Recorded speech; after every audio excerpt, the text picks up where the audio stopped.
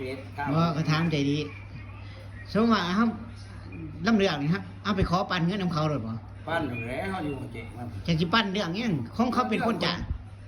เขาจ้างเพื่อที่คนเป็นผู้ชุบ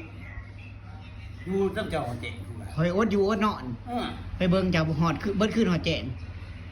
ปั้นมาหน่อยแห้งเบิ่งเพิ่นสิเอาเบิ่ง อืม ปั้นกันตลอด คันบ่มีข่อยไปเบิ่งผู้ใดสิไปเบิ่งเนาะ ให้ไปเบิ่ง อดอยู่อดนอนซ้ำเลย ข้ามเลยอันนี้จะรับแล้วแต่พอแง่งๆขึ้นมาคือพี่บ่าผู้ชุบขึ้นมาหน่อยแห้งอยู่จังซี่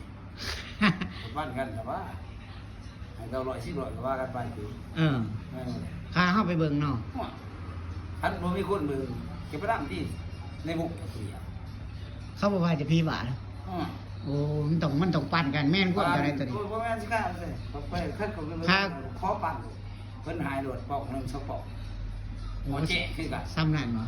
ใช่แล้วเฮาเลยไปรับน้องเขา หวานขาเบิ่งก็ต้องปั่นเอาหลายๆนี่เด้อเว้ย แล้วเขาให้เฮาพุ่น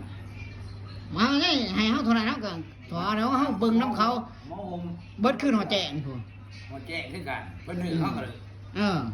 จะว่าเฮาสิซ้ำไรเฮาก็แฮงกว่าเพิ่นอีกดีบ่ดีเพิ่นบ่ได้กินเหล้ากินยาเฮาจักเหล้าจักยาจักอืดนอนอืดอยู่ น้ำเพิ่น เออ